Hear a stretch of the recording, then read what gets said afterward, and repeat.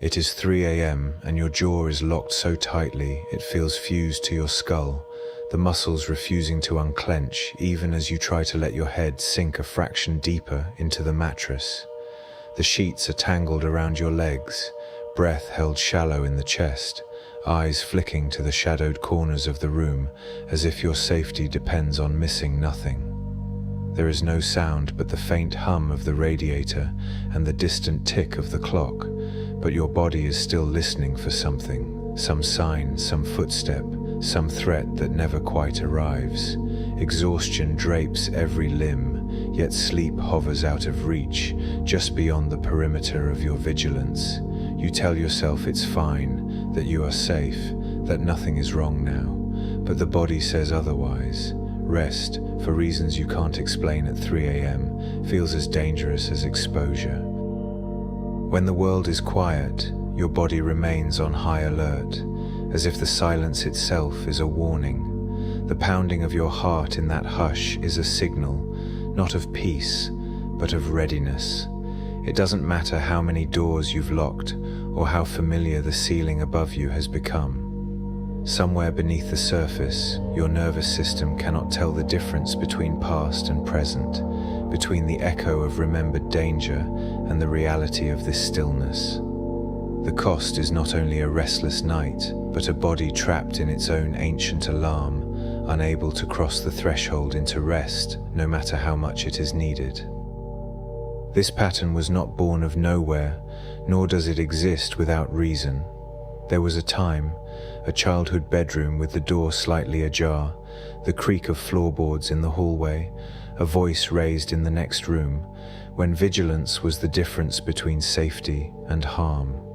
Hypervigilance was not a flaw then, but a shield. It was a way to stay one step ahead, to survive what could not be controlled.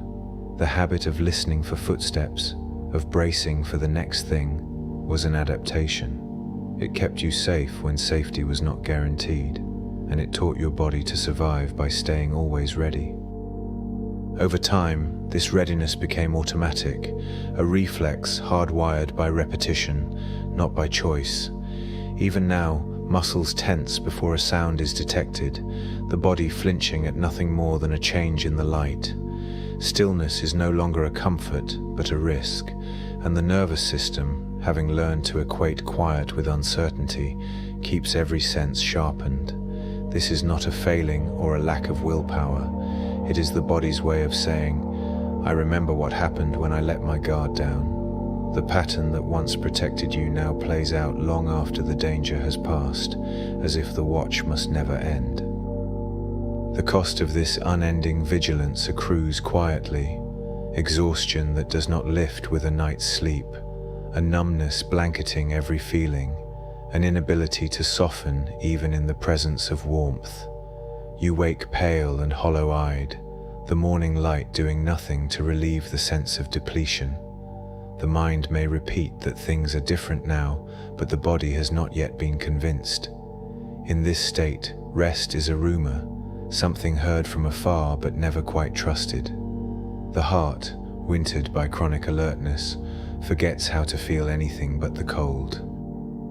You may have tried to force relaxation, commanding your body to let go, to just calm down, to stop worrying and sleep. Each command lands like a threat, not a comfort, and the muscles only clench tighter in response. The harder you push, the more impossible rest becomes. The fists beneath the covers tighten, the jaw grinds, the body tenses against its own longing. What's wrong with me, you wonder?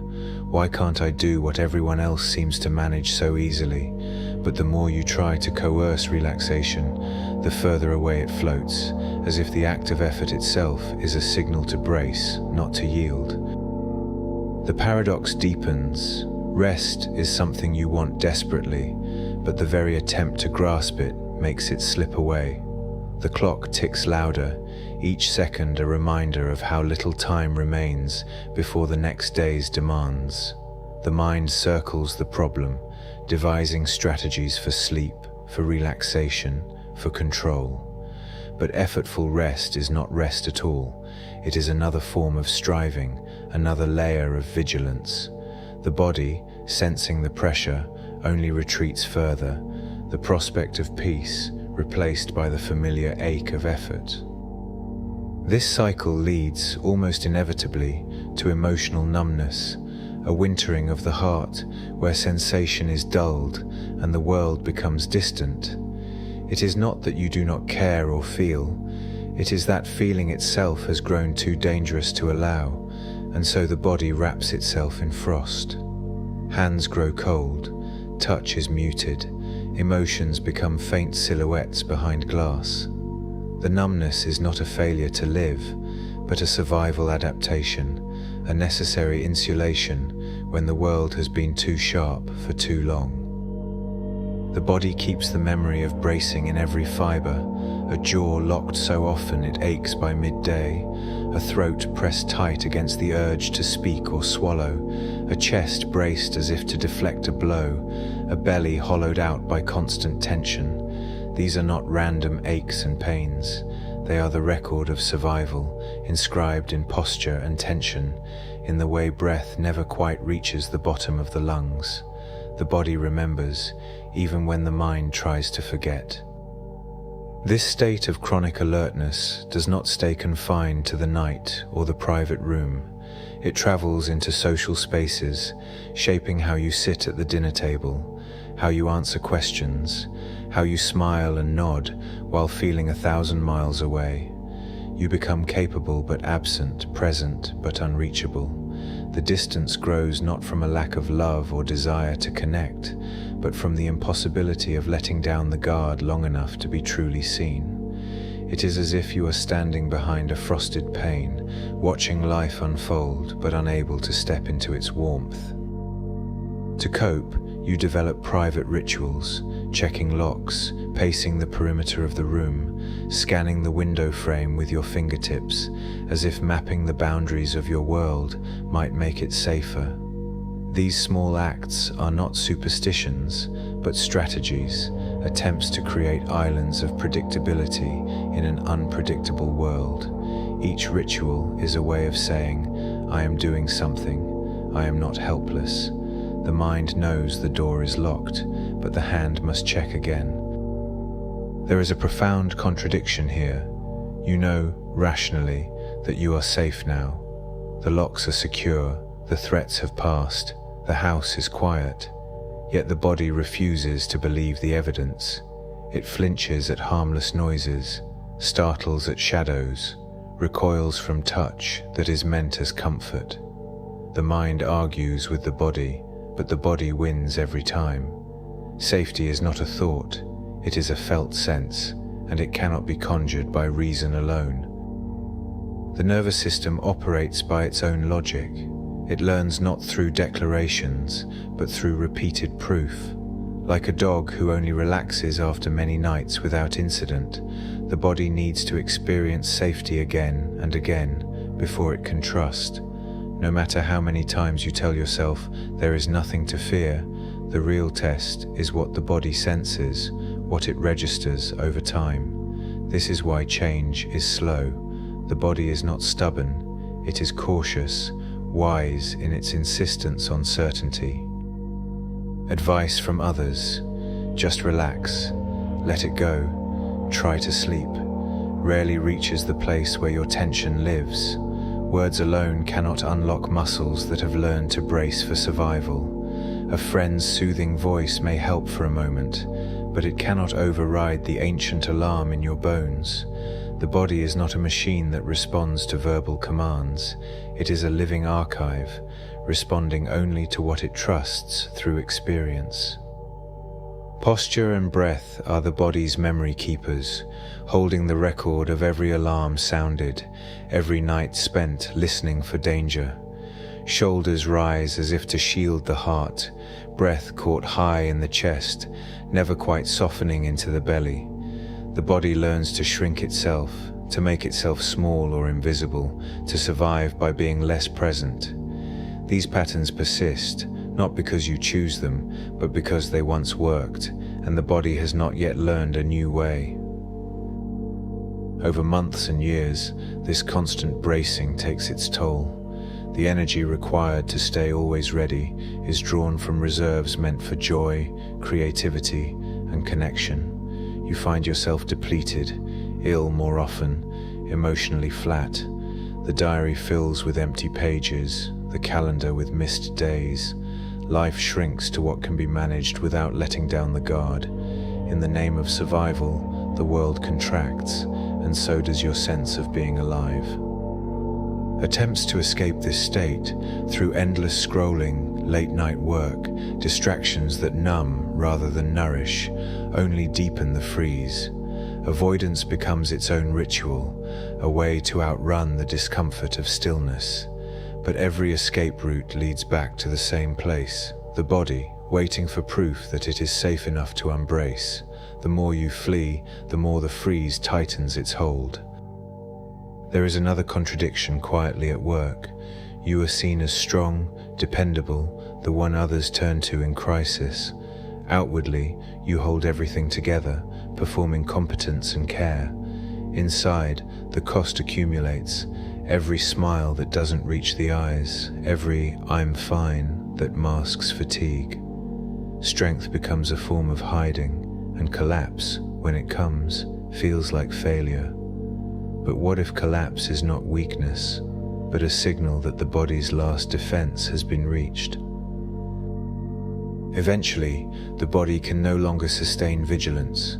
Collapse arrives not as a choice, but as a necessity, a sinking to the floor, an inability to move, a surrender not to defeat, but to the limits of endurance. The mind may blame, but the body knows. This is the only way to survive when every other strategy has failed. Collapse is not giving up. It is the body's way of saying, enough. Here the image sharpens, the body as a frost-bound keep, every torch burning through the night, stone walls thick and impenetrable. You have become your own fortress, defending against threats long gone, yet unable to let the fires die out. The halls echo with the footsteps of the watch, their vigilance unwavering. The cost of this defense is that nothing, not even peace, can enter. Each part of the body becomes its own threshold, the jaw a locked gate, the chest a barred hall, the belly a cellar abandoned for so long it no longer recognizes warmth. The hand clutches a heavy iron key, but the lock resists every attempt at haste. These are not metaphors but lived sensations, the body guarding its own inner sanctum, uncertain which doors may safely open. What if freeze is not failure, but a sacred pause, a holy interval that once preserved you? Imagine a wounded knight, armor still buckled, sleeping by a guttering candle. The world outside may have changed, but the body cannot risk believing it too soon. This pause is not laziness or cowardice, but the wisest choice available when survival is at stake. The sacredness is in the waiting, the refusal to be rushed into trust. Yet, never unbracing comes at a price. The chainmail that protected now creaks with every movement, the isolation of armor growing heavier by the day, the ache in the shoulders, the stiffness of the jaw, the loneliness inside your own walls. These are the hidden costs of survival. The body, designed for movement and connection, finds itself cut off, restless, aching for something it only dimly remembers. Attempts to force the armor off, to yank at the buckles, to demand surrender, only reactivate the alarm. The harder you try to strip away protection, the more the body recoils. Safety cannot be compelled, it must be allowed. A hand tugging at the stubborn clasp only tightens the grip. The way forward is not through force, but through invitation. The body trusts ritual more than it trusts commands. A monk lighting a candle at dusk, a familiar gesture repeated night after night, signals to the nervous system that not every moment demands readiness. Rituals become small bridges, ways for the body to notice.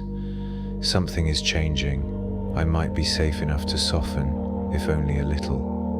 The liturgy of safety is built on such gestures, not on proclamations.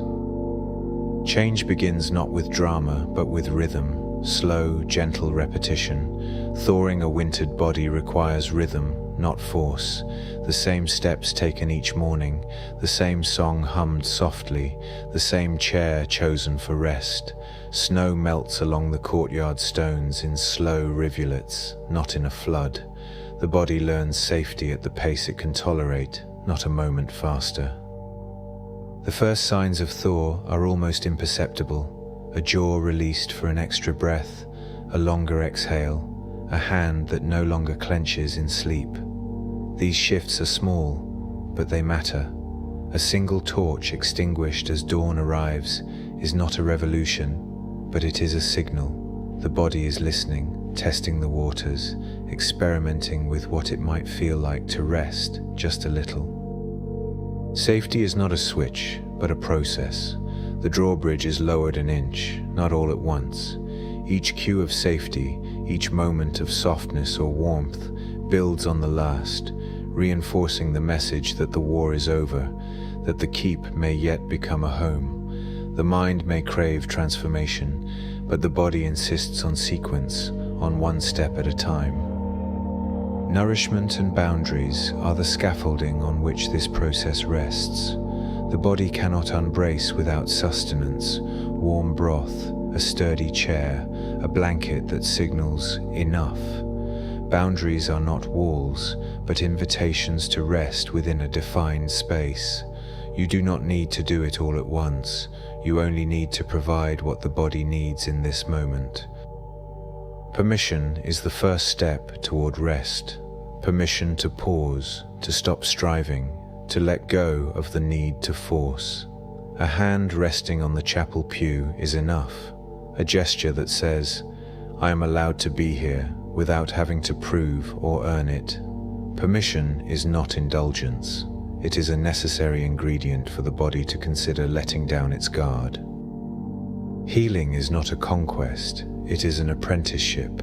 The body is a novice, learning through gentle repetition what safety feels like. The image of a young monk sweeping the cloister stones by morning, each movement familiar and careful, captures this. There is no rush to mastery, only the patient practice of returning to safety again and again. The environment matters too. The slant of sunlight through a stained glass window, the hush of a quiet room, the warmth of a familiar blanket. The body responds to these cues, registering light, sound, and predictability as evidence that the world is no longer hostile. The outside signals to the inside, you can rest now. Rest is not an all-or-nothing proposition. It can be approached in steps, structured intervals, a staircase back to comfort. Imagine a series of shallow steps leading up to a chapel door. You do not have to leap, only to take the next step. Each interval of rest, however brief, is a rehearsal for something deeper. Warm, safe contact matters. The weight of a woolen blanket pulled up to your chin, a hand pressed gently to your heart, the softness of fabric against skin. These are not luxuries but signals, communicating to the body that warmth is available. You can create this for yourself, even when alone. The body does not care who provides the warmth, only that it is reliable. Predictable rituals are the architecture of trust, lighting a candle at the same hour each night, drinking the same cup of tea before bed, humming the same tune. These acts build a rhythm the body can rely on.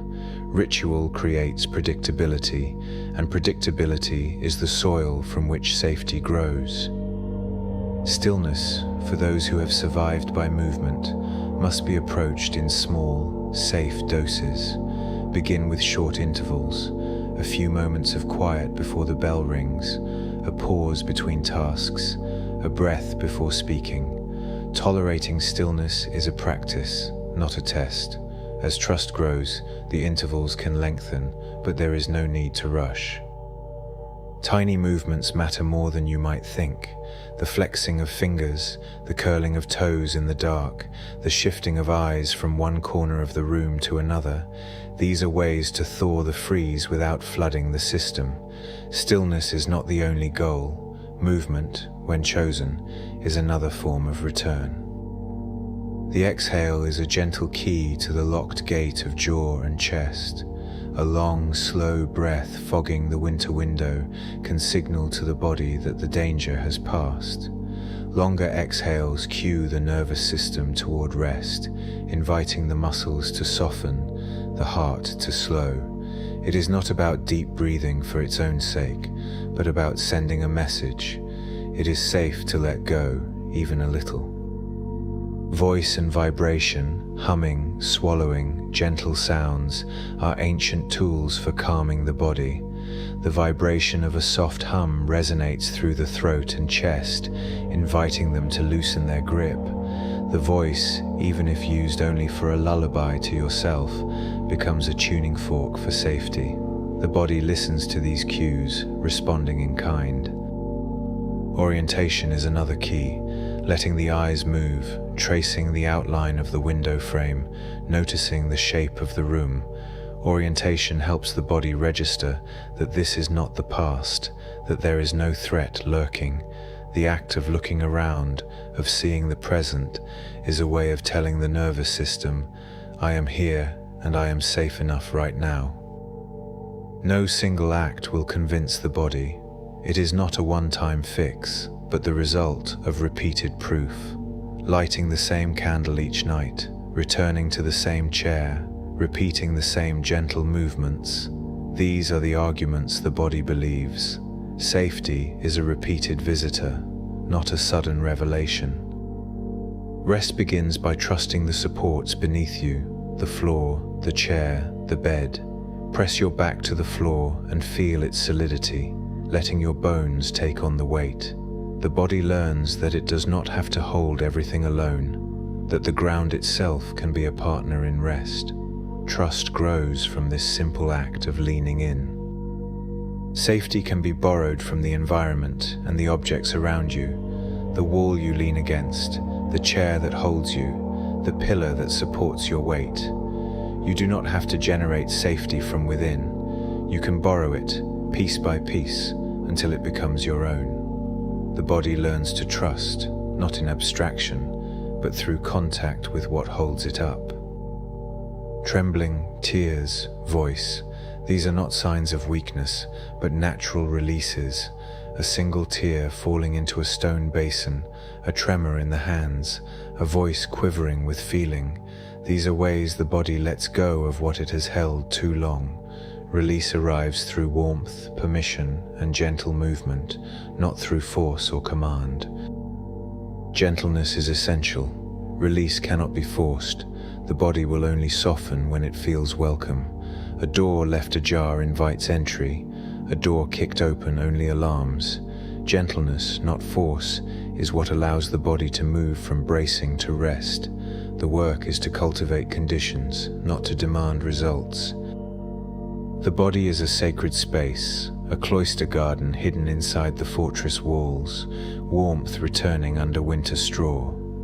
First green shoots appear beneath the snow, not because the world is suddenly safe, but because the conditions for growth have been tended with patience. The sacredness is not in perfection, but in the willingness to tend. Letting go of vigilance is not an act of surrender, but of trust. The old war banners are taken down from the rafters, folded and placed in a chest, not to deny the past, but to make space for something new. This is not defeat. It is the quiet decision to honor what protected you and to choose peace when it becomes possible. The throat, too, holds history. It is a bell tower, capable of ringing something softer than alarm. A bell ringing in the morning announces not threat, but return, a call to gather, to enter the day. The throat can learn to sound relief, not just warning, if given the chance. Inside the fortress, beneath the grand throne, a frightened animal curls, listening for every footstep. What it needs is not a sermon, but gentleness, not demands, but patience. The footsteps outside are not always soldiers. Sometimes they are caretakers, returning with warmth and food. The frightened part of you needs time to learn the difference. Rest arrives as a guest, first allowed into the outer courtyard.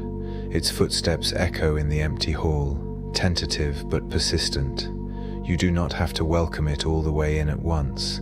You can allow it to linger at the threshold, to observe, to become familiar. Rest is not an intruder, but a guest long awaited. As trust grows, rest is welcomed deeper, first into the hall, then into the firelit chamber. The process is not linear or certain. Sometimes the door will close again, but each time rest is invited a little further. The body learns that safety can be more than a rumor. The fire burns a little brighter, the room becomes a little more livable. Safety, too, is a repeated visitor. It must be welcomed again and again, each day a new invitation. Like a guest knocking gently at the gate, safety does not demand entry, but waits for the moment when the body is ready. The relationship is built on patience, not insistence. The body is an abandoned monastery, and small acts of care become holy rites of return. Warming your hands by a small fire, pressing a palm to your chest, breathing deeply. These are not trivial gestures. They are sacred, the liturgy of coming home. Each act is a way of saying, I am here, I am tending what was left untended. Repair is a liturgy. Notice, soften, mobilize, connect, rest, repeat. The bell is rung at the same time each day, not as a punishment, but as a rhythm the body can rely on. Healing is not a single act, but a daily practice, a sequence of gestures that, over time, become a path.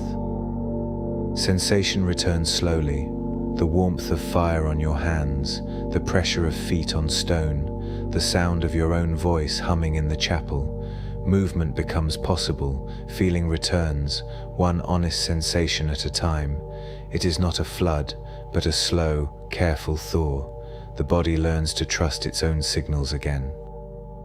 Gentle boundaries are necessary for this work.